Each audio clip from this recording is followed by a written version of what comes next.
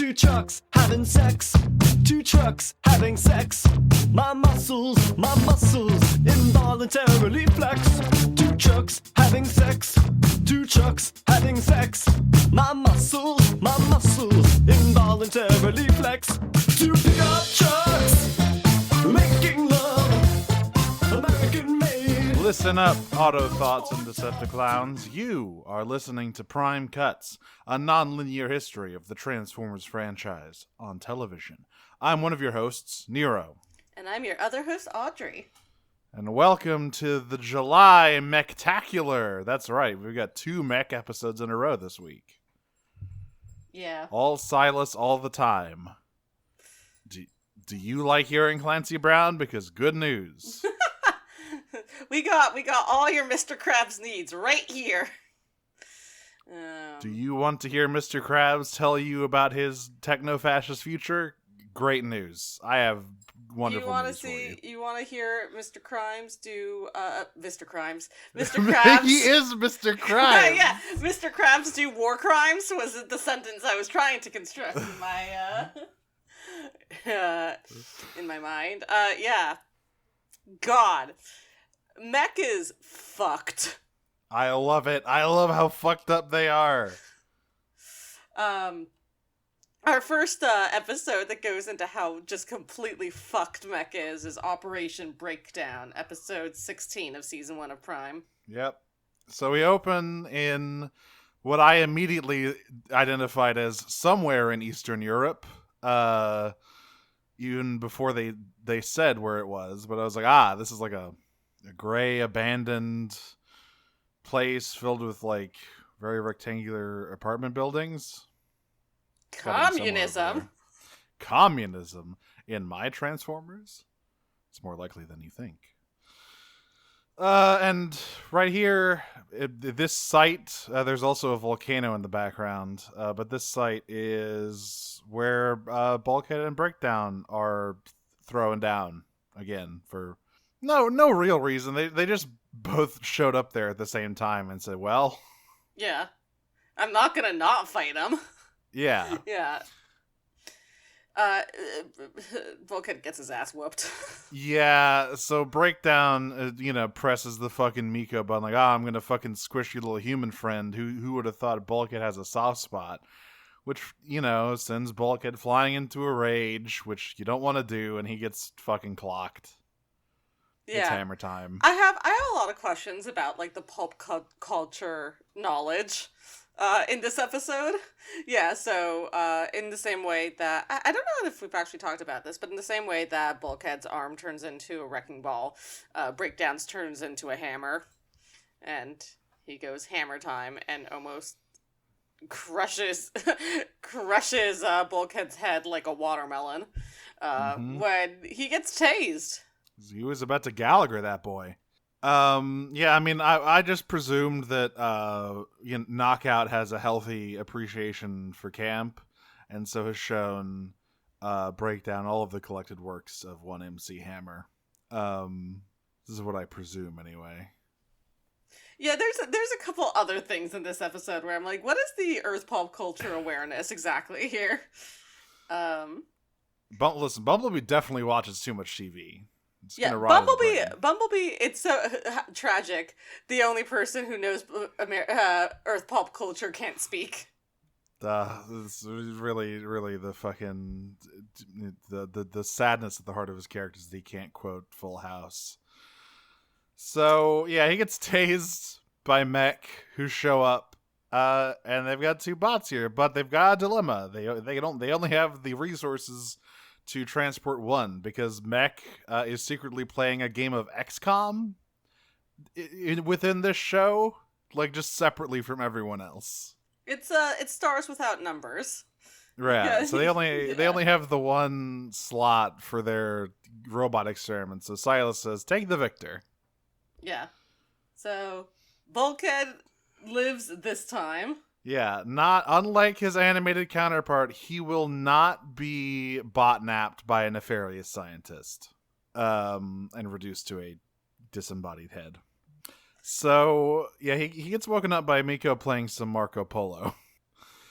and he doesn't remember anything about what happened or where Breakdown went. So Optimus comes over to him, and his line here is so funny because he's like, "Bulkhead, it was very foolish of you to fight Breakdown on your own." And it's like, and Bulkhead's like, "But boss, he ambushed me," and Optimus is like, "Yep, getting ambushed by him by yourself was also very irresponsible. I'm disappointed in you. You should know better than to get ambushed by the enemy by yourself." I guess he was supposed to call for backup. I guess. And he didn't. I guess that's what Optimus is trying to say. Yeah, it really comes off as like, don't get ambushed, bro. It's simple. Yeah, it kind of comes off as victim blaming. It's easy. It's easy. Simply don't get concussed by a giant sledgehammer. But eventually he they piece it together that Mech is the one who stole Breakdown. So basically what happens is Bulkhead's like, so our Optimus is like, so did you see what happened with, after chastising him, is like, did you see what happened with Breakdown? And Bulkhead's like, what do you mean what happened with Breakdown? Didn't you guys chase him off? And they're like, nope, you were the only one there when we got there. Yeah.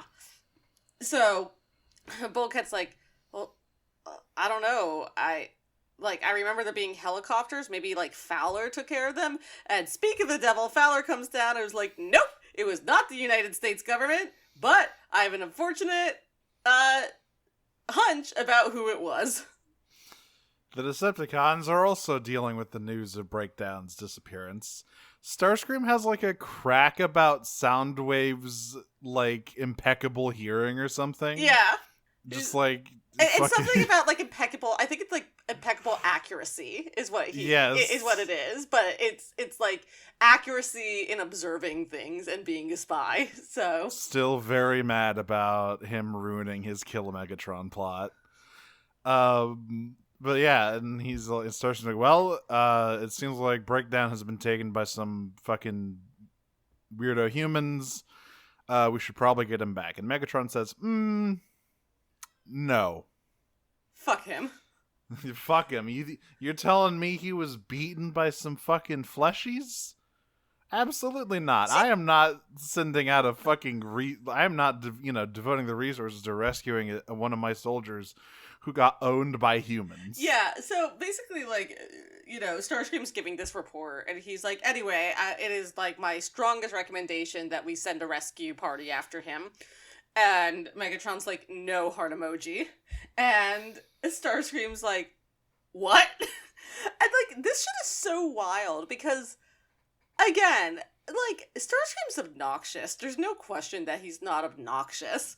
But he does at least give a shit about the non-drone members of the army. He needs someone to do something. Well, no, you have the drones for that. But, well...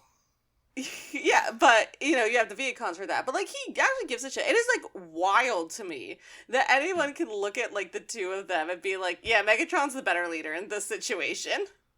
And you can tell, this is one of the very few circumstances, I think, where you can tell that Starscream's not coming from a particularly self-serving place here. That he's just obviously we're going to get Breakdown back. He's a Decepticon. We're going to get him back from here. We're not going to let humans have suffer the indignity of letting humans, capture one of our own without getting them back. I wouldn't say it's altruistic necessarily, but it's not it's not self-serving. You know what I mean? Well, it's very pragmatic because it's not just the Decepticon that got captured. It's their fucking best warrior. Right, exactly. It's their biggest boy. They need their biggest boy back to fight the Autobots. But Megatron's like, no, if he got kidnapped by Autobots, that means he fucking sucks, actually. And if he wants to be brought back into the fold, he should prove himself capable of breaking out on his own. Yeah.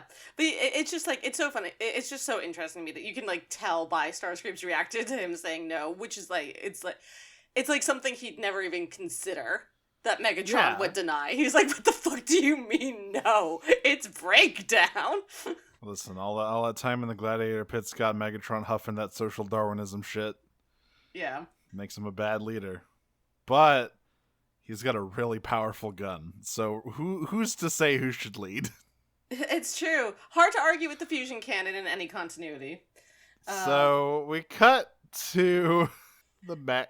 Well, actually, no. First, we cut to the operating table. We cut to Breakdown waking up in a giant operating table in a fucking subway tunnel, which he's like magnetized to, I think. No, he's strapped down. Oh, is he strapped down? It's very dark.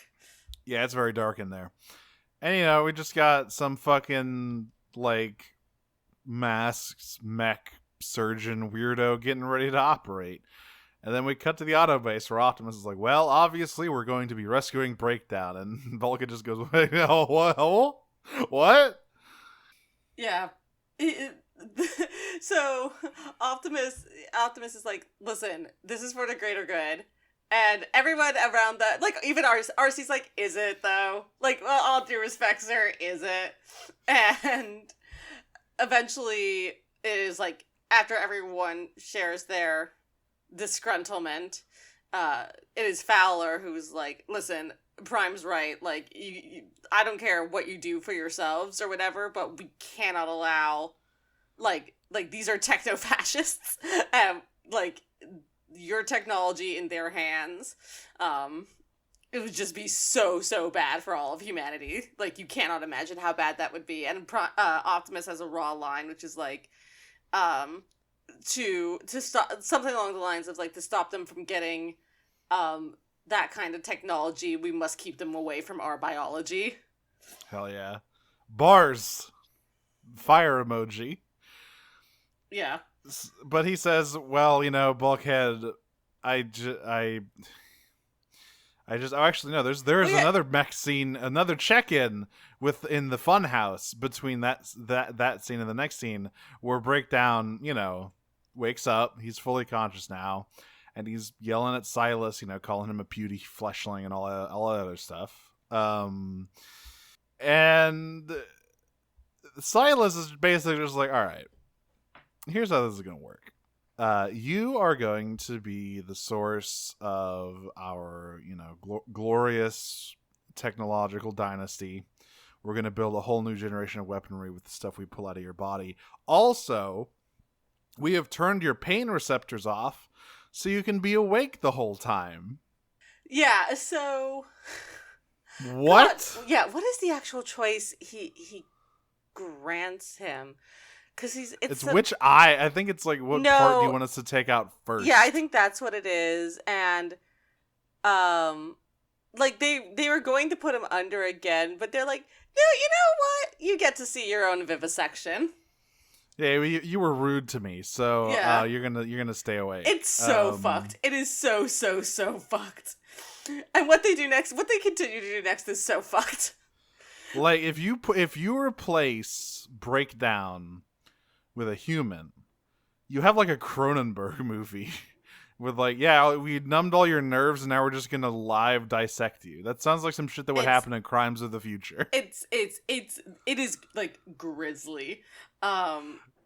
But and we also get to see the fucking gigantic drill bit going right into Breakdown's, like, we get a first person shot of the drill bit going into Breakdown's fucking face. Yeah, it's awful.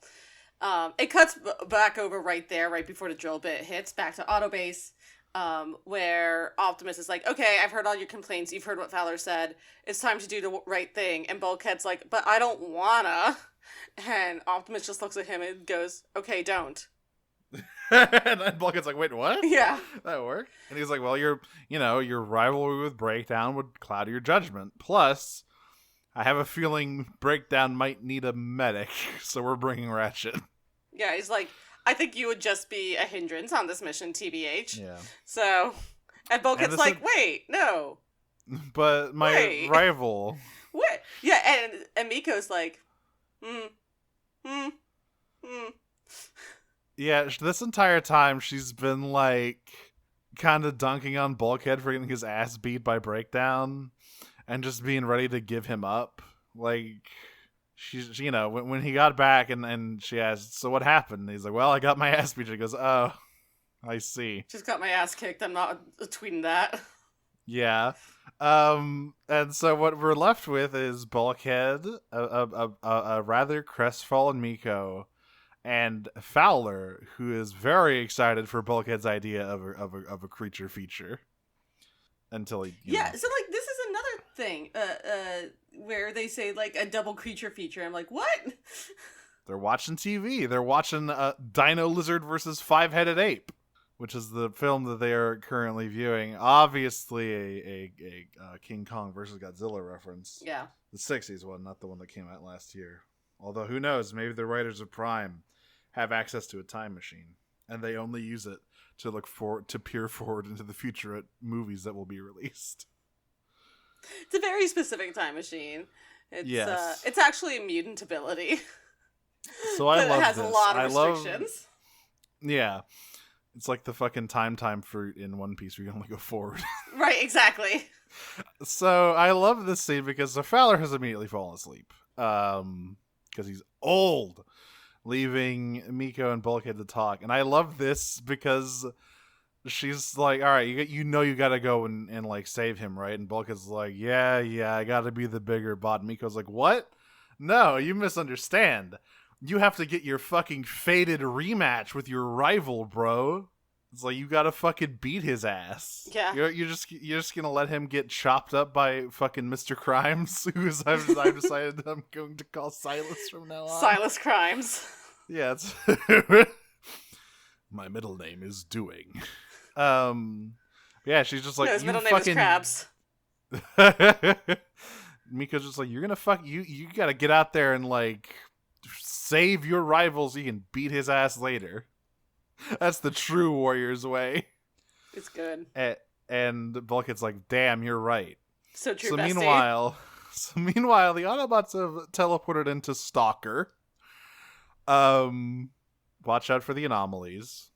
And they're just like going around this like creepy Russian town. They mentioned earlier in the episode that this is a town in eastern Russia that was abandoned after volcanic activity started up. Yeah, definitely not Chernobyl. Yeah, I was about to say, presumably they could not get the clearance to literally just use Chernobyl. Yeah, for a radiation meltdown that killed hundreds of people. They just put Chernobyl in Dark of the Moon. It's fine. Remember, it's Arcee and Kurtzman are also running this show, so yeah, they sure fucking are. So they're like, that's why it's like that. That's why it's like that. They're kind of crawling around this weird, creepy town looking for signs of life. They get like an Energon signature, and Ratchet's like, well, the only reason I should be getting an Energon signature right now is if Breakdown's Energon has already been spilled. So we should kind of work on finding him more quickly. It's fine. You're almost not too late to save him. Yeah, he's just only partially disassembled. We cut back to the fucking operating room, and shit's bad. It's not good. It is okay. Oh, one of the things we didn't mention is that is this it when Silas contacts them? That's right, because they find a big spooky Resident Evil style mansion. And in the center of this is a fountain, and in the fountain, like a fucking adventure game item, is Breakdown's eye. This is so they find Breakdown's eye, and Mech has reverse engineered it to be a two-way video communicator. It's so fucked. So they get the live feed, and it's somehow still connected to Breakdown because they're getting the feed of what's on through his other eye. It's like fucking Mr. Potato Head in the Toy Story movies. So they get to see his own vivisection. Yeah. So yeah, because Ratchet like plugs it in and says, "Oh, optic sensors can record the last thing they saw before disconnection." And that's when you think you're seeing like video, recorded of Silas, but then he turns and starts talking to Optimus Prime, and hey, Optimus Prime, so glad to finally meet you in person, and all that stuff. Bulkhead arrives and immediately spots a mech car driving around, being sneaky. Yeah, he doesn't bust in quite yet. Yeah. Because I have another cultural reference I would like to ask about when he does. Yep. Yeah, and specifically, he sees that car driving down a subway tunnel, which he follows, and I like that Silas, when he's talking to Adam, is like, I was kind of expecting Megatron. Really surprised that you're here, Prime, to rescue this Decepticon. And Prime is like, Mech is a common enemy. I'm nothing. There's nothing common about us. Sorry. Yeah. Yes.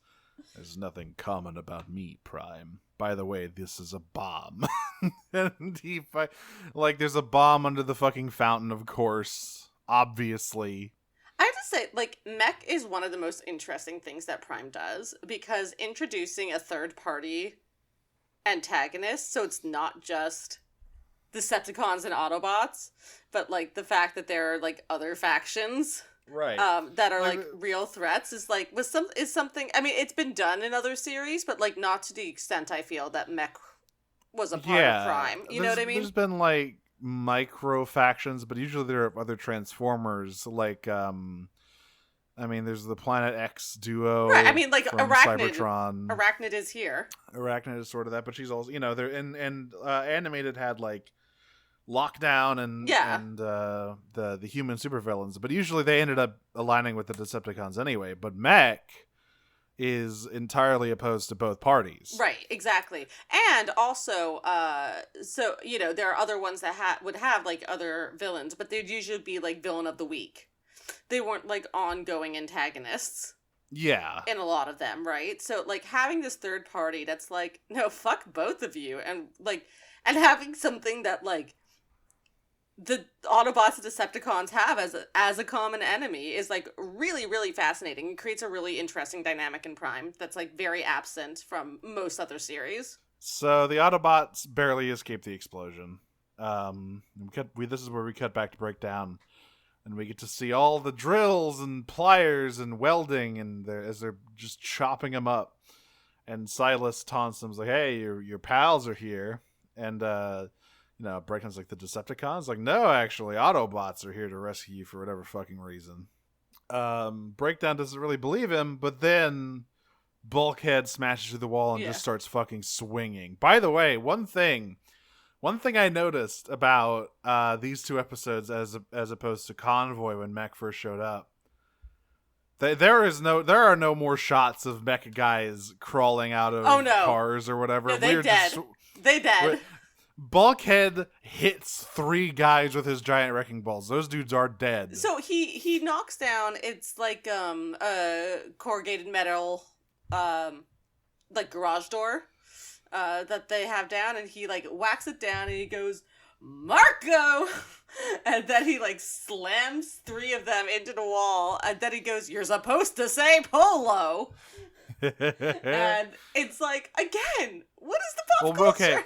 To be fair, we know that one because Miko woke him up by playing Marco Polo with him at the beginning of the episode. That's true. That's right. I don't know why they're playing Marco Polo. I'm pretty sure you usually you gotta play that in a pool, and I feel like you would need a pretty big pool for Bulkhead. What's above Olympic sized? Well, they have. Nevada's famous for its bodies of water. They found a fucking underground aquifer they've been swimming in. Yeah, Nevada, famously wet. Many are saying it's the wettest state. It's a good state, sir. It's wet. It's a good state, creepy or wet. So, Bulkhead pretty easily freeze Breakdown. Silas and the fucking evil surgeon kind of dip. Just, all chill, it's well, no use for us staying around here. Let's just head on out. They have a moment of I'm not here to save you. I'm here to stop Mech, but we got to work together if we're gonna get out. Yeah. These a few scenes with Bulkhead and Breakdown are some of the best we've seen in the series so far. Bulkhead offers him a hand, and Breakdown has a moment of hesitation before taking it, and getting up, and they both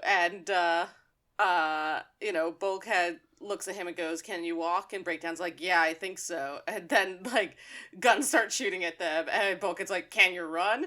And Breakdown just, like, looks at him ferociously and goes, "Why run when you can fight?" Breakdown, you son of a bitch. And then they do the Predator handshake. speaking of getting to the chopper, Yep. when they get out, so they get out of the subway tunnel, and there's this incredible shot. There's a mech helicopter that is shooting at them. Bulkhead runs ahead, and Breakdown. It is one long shot where you see Breakdown from the back looking at this helicopter in the distance, and there's a car in front of him, and he throws the car, and the shot just stays on him, watching the car, and the car slams into the helicopter and takes it down. It's so sweet. Yeah, well, and once again, no shots of like guys in parachutes or crawling out of cars. No, these bots are killing humans. At this point, dead. Optimus has has recognized, okay, these guys are a real threat. We cannot play nice. Arcee was right to blow those guys up. Actually, that's why she didn't get scolded at the end of that episode. Because actually, she had the right idea all along. You got to kill these fuckers. I'm a healer, but So Breakdown and Bulkhead are fighting these seemingly infinite waves of mech troops as the Autobots, 2 years race towards Bulkhead. 2 years before the Avengers came out, they did like the iconic shot from the Avengers where they're like back against each other, and it's like turning around them. Marvel wants what Hasbro has. So they see a few new readings and and Breakdown's like, "Is that your backup?" But no, it's not the Autobots. It's Starscream and a small army of Seekers, who's here to pick Breakdown up from the rat battle here. And Starscream's like, "All right, hey, great to see you up and about. Wow, that eye looks fucked up. Sorry about that. Yeah, you can come back, but you gotta kill Bulkhead if you want to do that." And Breakdown's like, "But he just rescued me." And Starscream's like, "And what about it? Like, you're gonna join the Autobots now, you big pussy?" And Breakdown's like, just sort of like weighs it in his mind, and it looks at Bulkhead and goes, "Yeah, sorry." Yeah, sorry, bro. You know how it is. Unfortunately, Breakdown just got done getting chopped to pieces in like a fucking makeshift surgical bed. So Bulkhead knocks him on his ass pretty easily. Yeah, and he grabs him and then turns him around while his hammer's still out, and he goes hammer time and sends him flying towards Starscream. This is after he decks Starscream separately. Yeah, he also punches Starscream. Yeah. He chucks Breakdown at the Seekers. Yeah. Starscream says his classic line of retreat. He loves say to do it. Say the line, Bart. And the Autobots arrive just in time to see Starscream and Breakdown fleeing. And Optimus opens with once again they repeat it was very foolish to engage the enemy on your own, but unless I'm very glad you showed a real strength of character here. Yeah, you got that integrity. Which Bulkhead immediately undermines by saying, "Holy shit, I fucked that guy up real good. Did you see that, Miko? I fucked him up extremely good." Yeah, and Miko's like, "Yeah, you fucked him up real good. Hell yeah." And Officer's like, "Oh, well, the little victories." Right. So then we cut to a very funny scene where Breakdown is talking to Starscream while the latter is hovering in jet form. Yeah, okay. Imagine how badly you need to fuck up and how low you gotta feel to get a scolding from Starscream when he won't even bother transforming back into root mode. You're just staring down a nose cone telling you how much of an idiot you are. And he's like, "All right, Breakdown, I won't tell anyone about this little rescue because, Megatron values soldiers who can get themselves out of scrapes, so I'll get you back into his good graces. But I would like a favor in return. Once the time comes, you got to pick a side." And Breakdown, we've discussed not necessarily the brightest bulb in the bunch, goes, "Duh, between Autobot and Decepticon." Well, I will say, to be fair to Breakdown, just to see prior, Starscream was like, "What are you gonna do? Join with the Autobots now?" That's true. And the sergeant's like, no, between me and Megatron. And then he flies off, leaving Breakdown with his thoughts. Then we kind of finish out. We end here on Silas sitting in his fucking evil lair, looking at all the data they got from Breakdown. And he's like, ooh, we got a lot of juicy data from this. We didn't get everything we wanted, but we have a good starting point. Now I need to gather some more intel. And he's looking at a picture of Optimus Prime. Yeah. So, who knows what Mech is up to and when they'll appear next. It could be at any time. Anyway, let's talk about episode 17, Crisscross. Oh, everyone wants Optimus's sweet ass in these episodes. Oh, boy. So, Crisscross. Yeah. So, Slide. surprise! Slide to the right. They're here now again. This is when they show up next. Right now, immediately. They're in the forest, and who's the only Cybertronian you can think of that lives in a forest? It's Airachnid. Her debut episode played out a lot like Predator. This opening plays out a lot like an Alien movie. Yeah, no, it's Alien versus Predator. Yep, and she plays both roles. How talented. Yeah, she's multidimensional. So Mostly obviously just gay. Yes. So obviously she fucking wrecks these guys and ties Silas up in a big web. God, she could have killed him. She would have saved herself so much trouble. She wants to kill Arcee in like an extremely homoerotic way too badly. I know. It's her fucking kryptonite. Because what happens, and her pet human. Yes. Oh, she wants to kill Jack so bad it makes her look stupid. Absolutely. So she has Silas dead to rights here, and she's like, obviously fucking injured Decepticon signal, fucking easiest trap in the book. I know you idiots would fall for it. But Silas is a shrewd businessman. Yeah, well, Silas is like, I'll keep that in mind for next time. And she's like, next time? And she's like, I'm not really all that Decepticon aligned anymore, but I should probably still kill you for what you did to Breakdown, because I heard that, I listened to the latest Decepticon podcast, which is, I assume, how she says, like, I tuned into the radio waves to hear what happened to Breakdown. And I should kill you for that. She and Soundwave go way back. Oh. It is hard for me to believe that she has access to anything Soundwave doesn't want her to have access to. Absolutely. Soundwave knows what everyone's listening to. He has everyone's fucking Spotify playlists. Yeah. So, but she's like, I really should kill you for that. But I want to kill Arcee in a homoerotic way. So there's this lady, and she's twirling one of her spider legs. Yeah. So there's this lady I really want to like kill, but like not in, you know how it is. And so I was like, sure, yeah, let's work together. You ever watch Hannibal? It's like that. It's like that. So the deal is Silas gets to live, and Mech gets whatever is left of Arcee once Arachnid is done with her. Yeah, Silas is like, why should I let you? And she just like looks at him and she's like, homie, you're tied to a wall right now. Like, what are you doing? Yeah. I have poison in my fingertips. And he's like, that's a solid point. Like, I hadn't thought about that. It's like, you get to live, and I'll throw you a bonus of handing off Arcee's corpse to you. Yeah. So after that, we get our little dark alliance here, and then we cut to Jack and Arcee. They're heading home, and this is the dialogue that they say. Arcee says, thanks for walking me home, Jack, a real gentleman. And Jack responds, don't want you getting all revved up before bedtime. Yeah. What is happening? Stop it. They saw what Astoria and Powerglide had, and they're like, that could be us, but you're tripping. But that could be us, but you're playing. Before things go any further down that road, June is here. Jack's mom is in the fucking garage. Yeah, as if June's any less of a clanker. Oh, listen. Come on. We'll get to that at the end of the episode here. But she's mad. She's got a few things to talk with to Jack.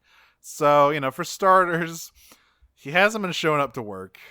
He's been sleeping in art history class, which he retorts like, "Come on, it's art history." Like, do I really need to stay awake for it? She has some kind of third gripe, but I don't remember what it is. It was job. Oh, right, it was the illegal Yeah. street racing. That's right. Right, yeah. Oh, and another thing, I heard you've been in a Fast and Furious movie recently. Because, spreading rumors about all the illegal street racing. I bet you thought that episode was just filler. Absolutely not. It comes back around. No filler in Prime, baby. Yeah. It's all important. It's all important. Or at least it's all relevant. Yes. So June decides the only course of action is to ground Jack. Only work and school, no riding his motorcycle for 2 weeks. And he's not jazzed about this. Yeah, and I can't remember what the promise is that Jack makes to Arcee, but he's like, I'll come, talk with you every night or whatever. Or right, and she's like, okay. It's like, you're not, though. And Jack's like, what? And she's like, I'm not going to stay here for 2 weeks, Jack. Yeah, she's like, I have shit to do. I'm like an elite Autobot warrior. I can't just sit in your garage for 2 weeks because your mom is mad at you. Yeah, and he's like, no, Arcee, you can't. That was her serious face. Yeah, and she's like, okay, fine, look, I will try. Your mom works late. I'll try to be back in the garage before she gets home, okay? I can't make any promises, but I'll make an effort. So immediately, of course, that gets thrown gets a wrench thrown in it because Jack gets a call from his mom after work, and she's like, hey, I'm heading home early. Who wants a delicious, wholesome, homemade meal? And Jack says, because Arcee is not there. Yeah, he's like, yeah, your car beats 10 speed. See you at home. Fuck. Immediately calls Arcee, who is in the middle of a gunfight right now. Yeah, she's in like a Cybertronian mine. Yeah, she's just in one of the many fucking Decepticon mines shooting up Viacons with Bumblebee, and she's like, all right, Jack, this better be fucking important. And he's like, well, you gotta get home. My mom is home early. And she's like, okay, well, that's not, I'm kind of busy here. He's like, but if she's gonna be so mad at me if you aren't there. And so Arcee's like, okay, B, can you handle this one? She just leaves. Yeah, no, Bumblebee like gives her the okay. And to be fair, he does kill 4 people in the next 10 seconds. So yeah, he's got it. Yeah. This is why Starscream was like, Megatron, we have to rescue Breakdown. Have you seen how the Viacons perform in combat? Their only advantage is that there's an infinite amount of them. Otherwise, they're not good. How goes your army, Megatron? Pretty good, it doesn't seem. I mean, he's got a lot of them. Yeah. You have to admit. You do gotta give numbers to him. Yeah. So June gets home before Jack. She opens the garage door and she's angry. She's like, the fucking bike is missing. But then there's a little ground bridge noise behind her. And the green and Jack's glow. Like, yeah, Jack's like, are you sure about that? Check again. Yeah, it's like, I don't know what you're talking about, Mom. Like, she's right where I left her. And June opens the door. And what I love about this reaction is that Arcee's obviously there, but June isn't like, oh, how did I miss that? June's like, all right, fuck off, Jack. Like, she's not stupid. Yeah. I love that she's like, did you have one of your boys come in and put her in like one of those delinquents that you're hanging out with? June thinks Jack is hanging out with a bunch of fucking hard-ass delinquents, street racers, which is very funny because like, at this point, Jack's like, okay, I'm running out of places to go, and Arcee, it's really funny because over June's shoulder you can just see Arcee shaking her head, but she's a motorcycle, so she's just like steering the column back and forth, like, no, don't tell her anything. Oh, don't do it. And then Jack does it, and she's like, oh my god. It. Yeah, she tells her fucking everything. Autobot from the planet Cybertron, this cool, badass alien warrior involved in like a millennia-long civil war, yada yada. And I love he walks over to Arcee, he's like, all right, Arcee, go ahead and show her. This is like the scene in Toy Story where Buzz realizes that he's not actually that he doesn't have working guns on his hand. Yes. He's trying to make them shoot. Because Arcee does not transform. She does not do anything, and I love the realization that like comes over June's face, like, oh my god, of course he's not an illegal street racer. My son's the world's biggest fucking nerd. Yeah. She's like, so the bad crowd you've been hanging out with is the sci-fi club? It's a good line that comes back in a nice way later. Yes. And she like she's like, I have to go to the night shift. We're not done here, though. Yeah, we're gonna talk later about all that. So then we cut. Well, to first, like, she leaves, and Jack immediately looks at Arcee and is like, "What happened to bros before hoes?" It's like, and Arcee's like, "Yeah, that's not my problem." Yeah, we're not doing that, Jack. I'm sorry. Like, already we were stretching the fucking masquerade protocols by having you three involved. I'm not just gonna show your mom that I'm a robot. I'm sorry. So we cut to Silas and Airachnid having a grand old time on the World Wide Web. Which, by the way... kids, this is why you don't make death threats on Twitter. Exactly, because then the techno-fascists and evil Spider-Woman will find you. And I love this because Arachnid's like, alright, so they fucked up my shit pretty bad, but I've got some security recordings in my black box, and they get a security footage of Jack, and Silas is like, oh, I can dox this fucker easy. Yeah, and I love the specifically he says it's like, I'm sending it out across the web, and then he like looks at Arachnid and goes, different kind of web. They're really, I love them together. I'm very sad that they don't have more time being evil bros. I know. I mean, it's inevitable given both of their personalities that absolutely. It's like they really are. This is not a big spoiler for the rest of this episode, but like they really are the epitome of curse your sudden but inevitable betrayal. Absolutely, you can't trust either of these motherfuckers as far as you can throw them. So yeah, I just want to talk about the fake Facebook that they Some show social a little bit here. Some social. I love fake social media in shows. So a few things here. Jack, his fucking status is it's complicated. Some people posting on his wall include Sierra. A lot of Miko posting about that. She's like, I want to go to a monster truck show. I like that Miko uses the fucking emojis. That's a very nice touch. Yeah. Oh shit, Sierra sent a winky face. It's getting serious. Oh yeah, gonna switch that to it's complicated. Yeah. I don't know who the fish is that blue thing? Is that Miko taking a different picture? I assume that's Miko because it's got the emojis. Probably. I did not look that carefully at this screen capture. I like immediately fucking glued my eyes and was like, oh shit, I gotta look at all this. His friends include Miko, Sierra, and Sierra's one nameless friend. I forgot from the first episode. I forgot that you posted it. 1 second, I can look at it. I posted it. You gotta look at Jack's poppin' some social page. Oh yeah, what's up? That's who you're asking. That's definitely Miko. Because like I think what it looks like is that you can assign different like little icons to each post. Yeah. Also very funny how fuckboyish Jack's profile picture is. Oh, it's not Facebook, it's LiveJournal. That's why. Yeah, it's fucking LiveJournal. He's got like the hand behind the head thing going on. It's really funny. So anyway, Silas like, got him. Oh, status is it's complicated. That's very funny. Status is literally it's complicated. And Silas is like, ooh, got him. Hey, his mom works at the hospital. Let's get her. Yeah. So this is fucked up. She literally just gets tased and thrown in a mech van. Yeah. This is, like I said, they will ruin your entire life. Don't make threats on Twitter. Or else they're gonna tase your mom.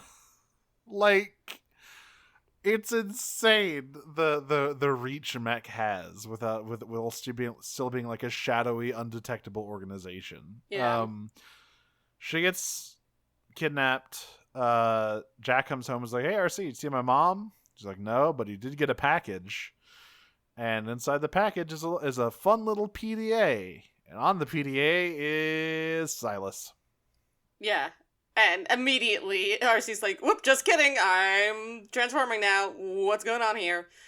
Yeah, and Silas like, hey, Jacko. So at first I think they think that it's recording because like it's yes, like, they do. Yeah, it's like hello Jack, like hello Jack, and it's like he knows where I live, and he's like I know more about your family than your family does, and Jack's like oh shit. Silas loves pulling the "you think it's a recording for 2 seconds" trick. Yeah, it's his voicemail must be the most annoying shit in the world. Where it's one of those like, ones where it's like it's the you Archer pretend to answer the phone. It's Archer voicemail. Yeah. And it's just like you think someone answers the phone, but then it's like, just kidding, I'm not here. It's like, fuck! God damn it. God damn it, Silas, you got me again. With your wacky hijinks. So anyway, he was like, yeah, simple trade. Bring your blue friend over. We'll give you your mom in return. Easy. Arcee, of course, immediately tries to call the auto base, but gets the world's worst migraine when she tries to. And Silas like, no, this thing jams communications. We're not just going to let you call for backup. Yeah, what are you, stupid? So so she can't call for backup without the risk of her head like exploding, presumably. So it's just them on their own. So they're driving out there. I really like the scene where Jack is like very worried about like, oh my god, if my mom fucking dies because I got involved in this, I will never forgive myself. And Arcee's like, don't worry, calm down. It's me they want. This will go fine. And Jack's like, no, that's not good either. Your family too. Yeah, it's good. It's cute. I like them. Yeah, good. So they roll up to the mech, like whatever fucking abandoned industrial facility they're using as a base this time. I think it's like a concrete mixing plant or something. There's a lot of like, big machinery and stuff. Yeah, and one other thing that's important to know, we might get to it later in this episode, but we might just forget, so I want to mention it now, is that one of the biggest issues with mech is that their ability to basically disappear without a trace. Yeah. That they have gone down the ability to just pack up everything and get out without anyone knowing that, without leaving a single trace of themselves. Yeah, no tracks, no traces. Completely deleting their digital footprint. They could just move into whatever industrial ruin they find that day and set up within like hours. Yeah. So Arcee, of course, is not here to just turn herself in peacefully. She immediately runs the blockade, and they get right in there to where June is being held. But oops, Airachnid is here. Surprise! There's more of them. She's here to kill you. I love this because so Airachnid immediately webs up Arcee. Yeah. Like, number one. Arcee tries to appeal to Silas's humanity because she knows what's about to happen to the Darbys. It's like, you cannot give them to Airachnid. She's going to do some fucking sicko shit to them. You have to share a bond with them as humans. And Silas is like, joke's on you. I love sicko shit. Yeah, it's like, joke's on you. I don't know. Fuck you. Basically, like what he actually says, and like this is interesting because it really like shows some of like the techno-fascist, the real like fascist part of the techno-fascist ideals of mech. Is like a couple of human lives are a small price to pay for the technological treasure that you hold. Yeah, like I will throw as many teenagers as I want into the fucking meat grinder if it means I get my precious singularity. Yeah. So Jack also tries this, which is very funny. But later we see this is a trick. This is a maneuver. But he's like, please just give me my mom. And he's like, no, fuck off, kid. Yeah. Well, what he does is he goes up to Silas and like beats on his chest. This is important. It's like, this is important. Yes. He gets right up next to him, like, come on, man. Airachnid tells Arcee, we will have a private session later. Oh, is that what they're calling it now? Excuse me, Airachnid? What are you gonna, what? Is What's that going what they're on calling there? it? A private session. Okay. All of this has just been extremely elaborate roleplay gotten out of hand. Every time Arachnid says something to Arcee, it's like there's no way that this could be more lesbian than she's already been. And she proves me wrong every single time. It's astounding. That's crazy. Gina Torres, So- you're straight. How did you manage it? She's just a very good voice actor. So she tells Arcee that, then she turns to Jack and is like, I have a game for you, little boy. It's me, boy. Woo. The Jam Master. She's like, all right, I like a little bit of sport. So you have 6 minutes to rescue your mom. You have until midnight, and it's like Yeah. past 11:53. And she's somewhere around here. Who can say where? Yeah, she's like, that panel from Pop Team Epic. Your life ends in 360 seconds. Yep. So Jack sprints off to try and find his mom, and our Airachnid goes to follow, just to taunt him. And immediately after she leaves, I think Arcee also gets knocked out at some point, because Silas is like, okay, so she's definitely going to betray us, right? Yeah, Arcee got tased. After Arachnid webbed her, That's right. Mech tases her as well. Yeah. And Silas goes like, okay, so the spider lady is definitely about to betray us. So we need to betray her first. Yeah, I like the way he says it, because it's the title of the episode. Yes. He's like, I'm guessing that our crisscross is about to turn into a double cross. Yep. Thanks, Silas. And the weird surgeon guy's there, and he's like, well, we don't have the resources needed to transport her right now. And so I was like, oh, that's fine. Just, get a quick chop in there. Just dig in real quick. Hey. just a quick vivisection for the road. Yeah. Chop, chop. Yeah. That's where it comes from. Arachnid helpfully points Jack towards his mom. It's like, oh, look, there she is. She's at the top of some kind of fucking gigantic industrial equipment, all webbed up. So Jack, manages to climb up there and get to her, but Arachnid's like, I said rescue, not get to. You failed. Yeah. Willy Wonka voice. Good Yeah. day, sir. She fucking alters the deal. Pray she hasn't altered it any further. And so she's like, anyway, you lose. Good day, sir.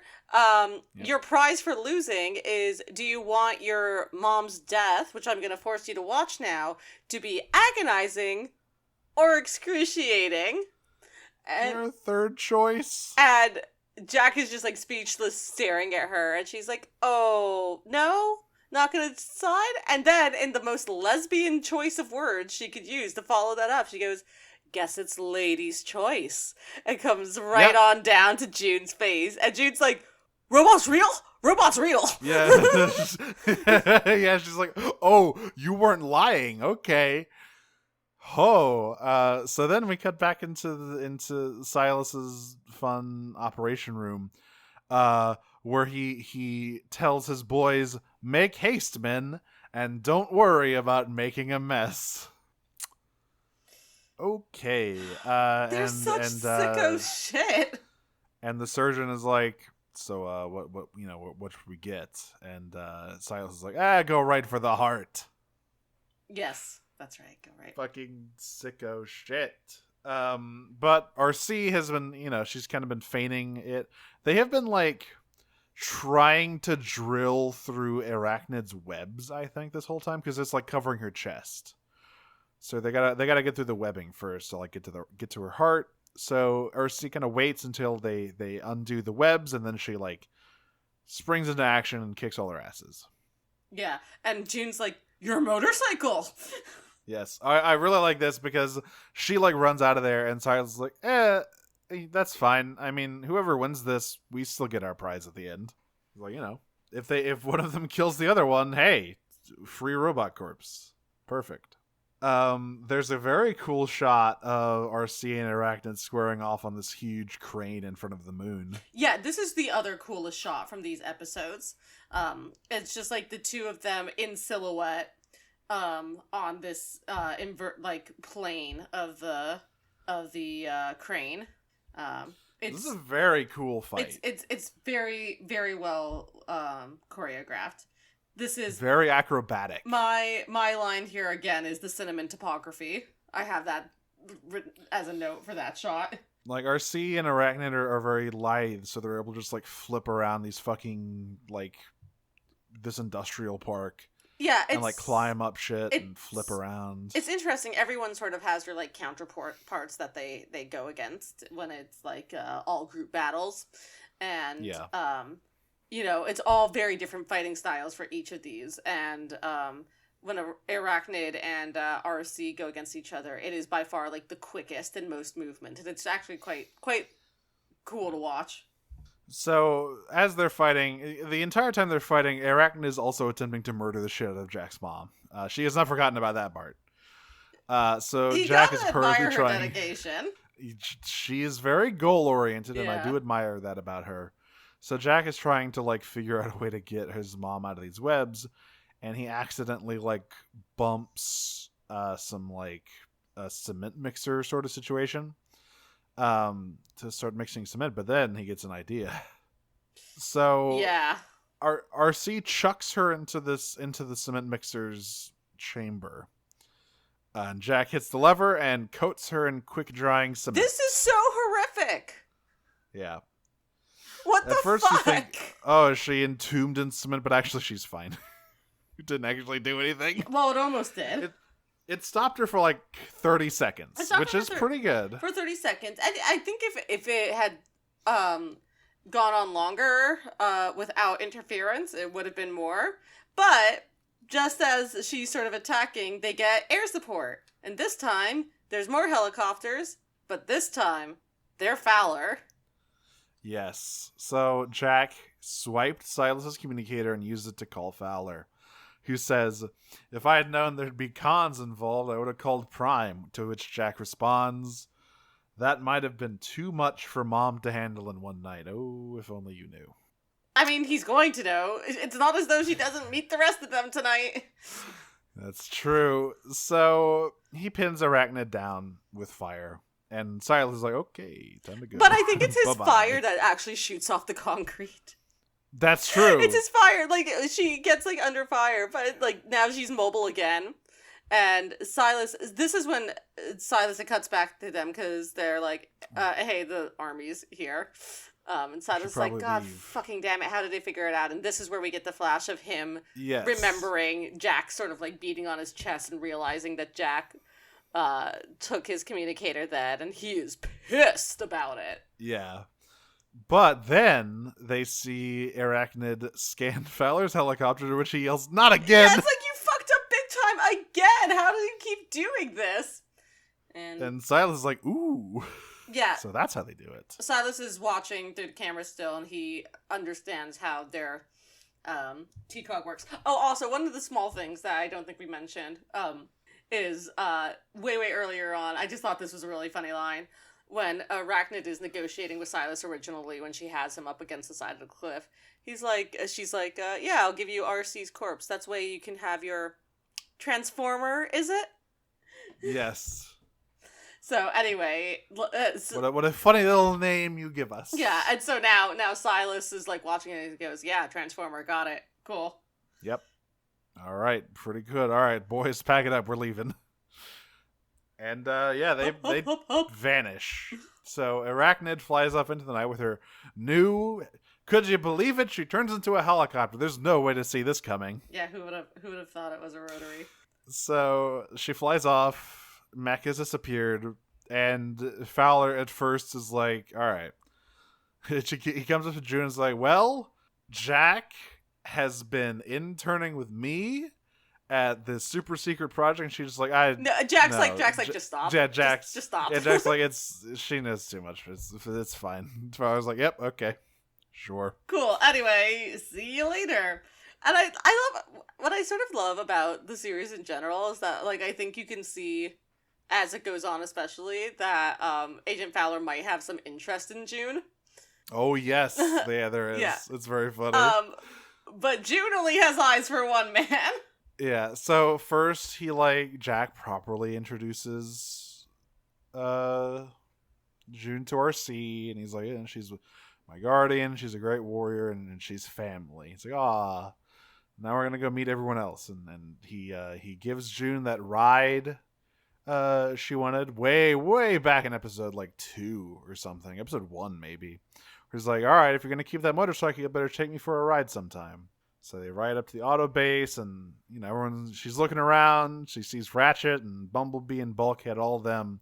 However, she has a particular reaction to Optimus Prime walking into the room. Now, to the uninitiated viewer, this could be mistaken for, as I think I did mistake it when I first watched it, the general awe of meeting Optimus Prime.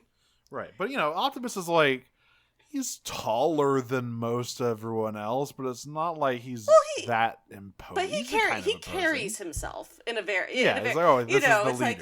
yeah. So it could have been that. It is not. No, she is down bad for Optimus. I believe next episode, which if I'm not mistaken, is indeed Metal Attraction. She's at her rock bottom. She makes a comment about wanting to fuck Optimus. We'll get there. Yeah. It's very canon. She's down horrendous. Yep. She wants to fuck that truck. One truck having sex. I'm your dad now, Jack. I mean, we'll be married in the fall. We shall have a summer wedding. Say mom. I feel like that's something Jack would have a nightmare about. Just wakes up screaming. Well, yeah, because that would make Arcee his sister. See, now I just imagined Optimus dressed like a fucking 50s sitcom dad in a bow tie and a sweater, telling Jack to clean his room. I like this. Oh, man. How about we throw the old pigskin sport? We have some questions. You can submit questions to us by responding to our Twitter asks for questions. Again, the Twitter is at PrimeCutsPod. Or by joining our Discord, which you should do anyway, and which you can find. The link to that is in our Twitter bio, as also the description of all these episodes, and asking us some questions there. And if you do, you too can be like Aurora Bodywork. Oh wait, no, that's that. Yes, it is the first one. Aurora Bodywork, who asks, "What sinister acronym do you use for your shadowy organization?" I think good. GOOD. What does it stand for? I don't know yet, but I think that's it. The Global Organization for Ostentatious Deeds. That's quite good. I wish I was better at coming with acronyms on the fly. I'm very good at words. There's a lot of cool acronyms out there. There's Despite how I speak on podcasts, I'm actually very good at words. MECE. MECE. It's a cool acronym. I don't know what it stands for. MECE. The Military Association for Committing Evil. There we go. Got it in one. Yeah. I mean, as always, there's the eternal classic. Every villain is Lemons. Right. Arachnid asks, have you seen those TikToks of Lady Dimitrescu as a pirate captain? What AUs do you think the cast of Prime would most at home in? And she has helpfully posted one of these below. I will watch this right now. I feel like... Alright, I know off the bat, Wheeljack is in Cowboy AU. Oh yeah, for sure. Absolutely. He's basically already one. I think Arcee should be in a coffee shop AU because she already is a beleaguered barista, basically. Yeah. I think I want Soundwave to be in a Mafia AU. I don't know why. No, that's not bad. I just feel like, he's the guy who's always looming over the fucking Don's shoulder and just being intimidating. You're like, what's this fucking guy's deal? Why? Whenever he's in the room, I get the willies. Hey, boss. And then later see him do some just insane sicko shit. It's like, oh, that's why I got the willies. Optimus is just in a 1960s sitcom. He's just a sitcom dad. Were you out late again? Put Ratchet in Garth Marenghi's Dark Place, please. Into what? Garth Marenghi's Dark Oh Place. my god. Just put him in there. No, I think Ratchet would be the coach in a high school football U. Oh my god. And that he's the one who does doping. Ha! What a twist! The world's most crotchety coach. Yeah. I like that. Bumblebee's the star football player. Someone needs to be in a fucking Pirate AU. You know what? It's knockout and breakdown. No, yeah, it's clearly breakdown. He has an eye patch. Oh, he does have an eye patch now. Yar. Yeah, it's knockout and breakdown. They do. I would if we have any talented artists out there, I'd like to put out a call. I would like to have knockout and breakdown posed in like with the classic Harlequin romance style, like pirate romance novel where you got like a hunky Fabio guy holding some dame in his arms. Do that, but it's breakdown and knockout. Yeah. And Starscream's in Omega Verse. Anyway, moving on to the next question. God damn it! From Cass, again, is if the Decepticons were to team up with another group of villains from a kid's show, who do you think they'd get along with? Which combination is most successful in evil? Hard mode, no Cobra from G.I. Joe. God damn it. Well, that's the obvious answer. They've collaborated several times in the past. Chris Latta, baby.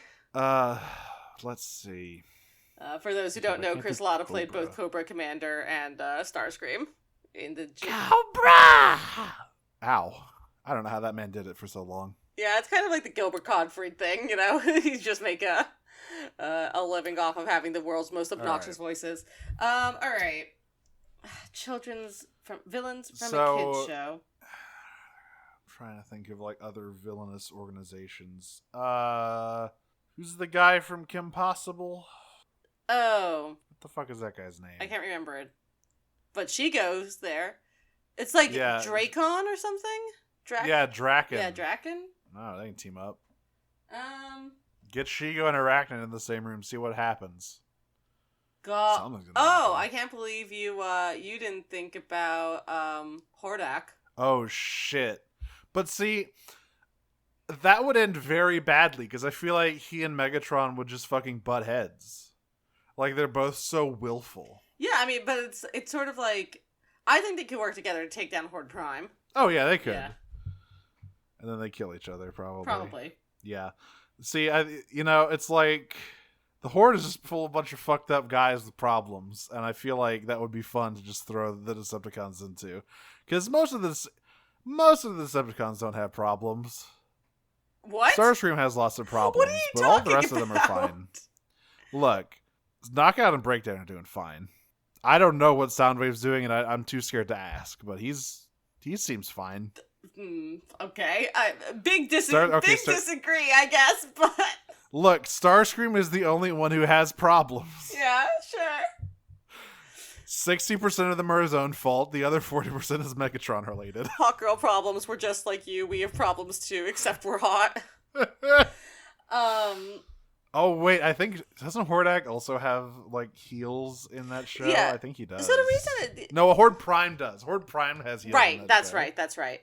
And the reason I went to She-Ra is because I'm also thinking about things that are on like a galactic scale. Yes. Right? Like I'm trying to think about things that where it's like where feasibly Megatron actually would be interested in like right. Oh shit, what about the Borg? Oh, you don't know Star Trek at all. Never mind. I know enough to know the Borg, their whole general deal, assimilate and shit. Yeah. I know about the Borg. What about the fuck, or like the Empire? Yeah. But get Darth Vader and Megatron in the same room, see what happens. Who's to say they're not the same person? You've never seen them in the same room. Oh shit. You ever see that fucking Darth Vader? I had the Darth Vader like Death Star transformer. It was a real piece of shit. It broke almost instantly. Very sad. Bummer. Very sad. It was actually just the moon statue. You fucked up. Shit. I knew it. It was weirdly cheap. Also from Cass is, if the Autobots became triple changers, but their third modes were all beast modes, what animals would they be? Hard mode, no Beast Wars alt modes. I mean, fair enough. I think Optimus would be a lion. Yeah? I think it's because he's basically Aslan. Yes. Starscream Well, it's Autobots. It's the Autobots. Oh, Autobots? Only Yeah. Autobots? Okay, well, Bulkhead would be some kind of, like, Bulkhead would be... bear. Well, okay. Can I use a rhino for Bulkhead? No. I know, like, but here's the thing. I think, like, her point was, like, no using their actual... Like, so if they show up in Beast Wars, you're not allowed to use it. I mean, fine. What if Bulkhead was a hippo? Yeah, that's where I was gonna go next. So I could do... Very dangerous. Bumblebee would be a... Damn it, Cheetor! Fine, leopard. It's not the same animal, Yeah, fuck you. It's just one big cat over to the side there. Yeah. Fuck. Arcee, okay, what is, like, quick and dangerous? Like a cheetah. I feel... We just said not Cheetor. Yeah, we can't do a cheetah. Um... Some kind of velociraptor. I was thinking, like, maybe something like, a weasel? Because they're really quick and what's it called? A mongoose. That's what I was thinking of. I think that, yeah, that's a little bit more badass. That's what I meant, a mongoose, yeah. Yeah. I think it'd be really funny if she was a weasel, though. Make her a ferret. I'm trying to Bumblebee is... Oh, we all got Bumblebee. Ratchet is... Ratchet's an elephant. Tortoise. Oh, shit, he never forgets. Yeah. He can spray himself down with water whenever he wants. Slipstream Sam asks, which eye is cooler to have a patch on? Which one's the gay eye? That is the question. I'm gonna go pierce my gay eye. Which one's the gay one? Which one does Big Boss missing? I think it's feel the like that's right. probably the gay eye. I think it's the right that's the one. gay eye. I think that's the gay eye then. It's probably the left one just because I said that. Who knows? This is Hideo Kojima's trick. It's both of them at once. Yeah, really? Yeah, okay, I was right. It's the right eye. All right, that's the gay eye. There you go. Right eye. Right eye. Right eye's cooler. Yeah. Okay, from Machina. If you were going to throw another non-Transformer alien species from another franchise into the mix of the Transformers Prime conflict, what would you pick? Ooh. Fuck it, get some Predators in here. See what happens. Vulcans. Oh my god. It's a fucking contest between them and Optimus as to who can be more stoic. Right, no, it's like, which is closer to, you know, the thing, it's like, which is gayer, being gay, whatever the hell these guys have going on. What's more computer-like? The computer. Whatever the hell Vulcans have going on. Oh shit, imagine the scenes they would share with Soundwave. Just staring at each other. Yeah. In a fucking room for 3 hours. They reach an understanding. Yeah, Vulcans would be fun. Like, you could drop, like, a lot of guys into the show and shit would get crazy. There is a comic that's a Star Trek Transformers crossover. There is. There's also a Ghostbusters one. And presumably they will make a Back to the Future one because they released the Back to the Future cars in that line. Yeah. As well. Ghostbuster one's hilarious. I think the Star Trek one was actually unrelated to that. I think they just made. Yeah, I was like, the Star Trek Transformers crossover. When you said that, I was like, that doesn't sound right. I just think. I feel like that should have been part of that line, but I was like, nah, fuck it, we're just gonna do this. Yeah. Don't they trap the Decepticons on like the Klingon homeworld in that comic? It's honestly been so long, but the art style is the style of the like 70s cartoon or whatever. Oh, you mean the reaction face factory? Yeah, the reaction face factory, exactly. That's the art style, and it's like really funny to see like that art style and having like Bones and Jim and Spock looking up at Megatron in that art style. Yeah. It's pretty outstanding. Aurora Bodywork asks, what's your preferred branch of evil science? Purple goo that makes you evil. That's my specialty. I'm not a huge fan of evil STEM in general. I was always more into the evil humanities. But what are the evil humanities? Can you list a few of them for me? Literary analysis. There is no reason the curtains are blue. They're just blue. Yeah. Drama, but only tragedies. We're reading King Lear for the 5th time today. French. Oh God. Yeah. Dark philosophy. Dark philosophy. Dark philosophy. Anyway. Yes. But I would probably say it's you gotta love a good classic mad physics. Yep. Trying to do things to the entire fabric of the universe that just weren't meant to be done. Gotta tear open them holes in the fabric of reality, see what happens. Yeah. I've said that a lot. I've said let's see what happens a lot this question segment. And the episode in general. I don't know, I just want to see what happens. And finally, from Cass again, if you had to make an evil organization acronym out of MILF, what war crimes would you be convicted of by the International Criminal Court? You're the acronym wizard here. Yeah, let's see here. It would be the Men Inverting Legalities Foundation, which would just be like radicalized incels. Oh God. Yeah. Yeah, it reminds me. There's a. I'm putting Jordan Peterson in Nuremberg. I'm an operative of MILF. There's a real life fucking military unit, or there was, that was the acronym was FAP. Yes. So, we've been Prime Cuts. You can find us on Twitter at Prime Cuts Pod, where our Discord also is, which once again, you should join it.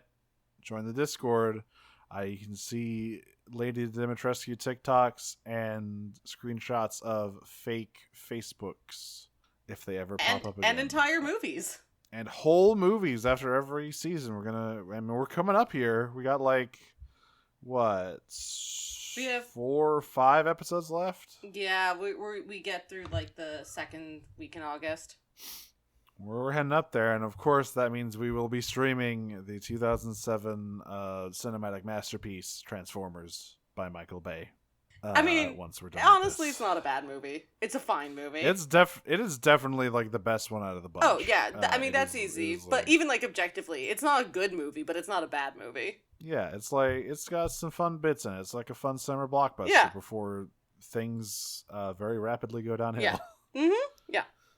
Nero, you can find me on Twitter at Dragon Smoocher and my various other projects, like Radio Free Heidelin at Heidelin Radio on Twitter, the comprehensive Final Fantasy XIV companion podcast. We will not be discussing the ERP nightclub billboards.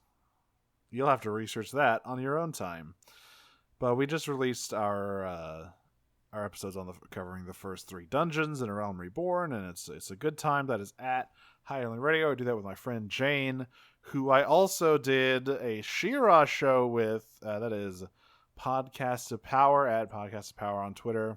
It's a great time. I'm also on Disney Minus every so often at Disney Minus Pod. I have chosen to cover the grim dystopian future of Cars for our next film.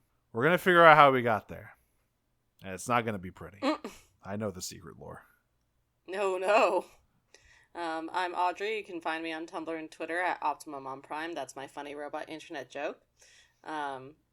You can also listen to the other podcast I do called Pod of Greed, which you can find on Twitter at Pod of Greedcast, and you can find on Noisepace along with this one. Which is about Yu-Gi-Oh! And I know I've been saying this for a while, but we are recording our finale episode of Season 3 of GX this week. And then we're going to take a little bit of time off. But, what a ride this has been. And unfortunate for the dub watchers in our group, because they don't get to do that anymore. Aha! You must watch the sub now. There is no other choice. Earnestly, though. There is no other choice. There is no other choice. Like, earnestly, truly, there is no other choice. So yeah, that's a good time. And that's it for me. All right. Yeah, as I mentioned, we're on Noisepace. Both of those shows are on Noisepace. Lots of good stuff there. I'm trying to think of things we haven't done in a while. I did House of Snacks last time. There's Digimon Ghost Gaze. There's Slappers Only. So, bunch of stuff. Go ahead, give it a look, give it a listen. A garden of earthly podcast delights await you. Yeah, exactly. that. And until next time, I'm going to message a girl I've been speaking to on Tinder and tell her that I'd like a private session with her.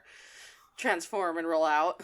I'm gonna rub my hands together and get ready to dig right into to grab some T-cogs, transform and roll out. Oh no, not like this. Not like this. Can we get in there? Peach. Peach.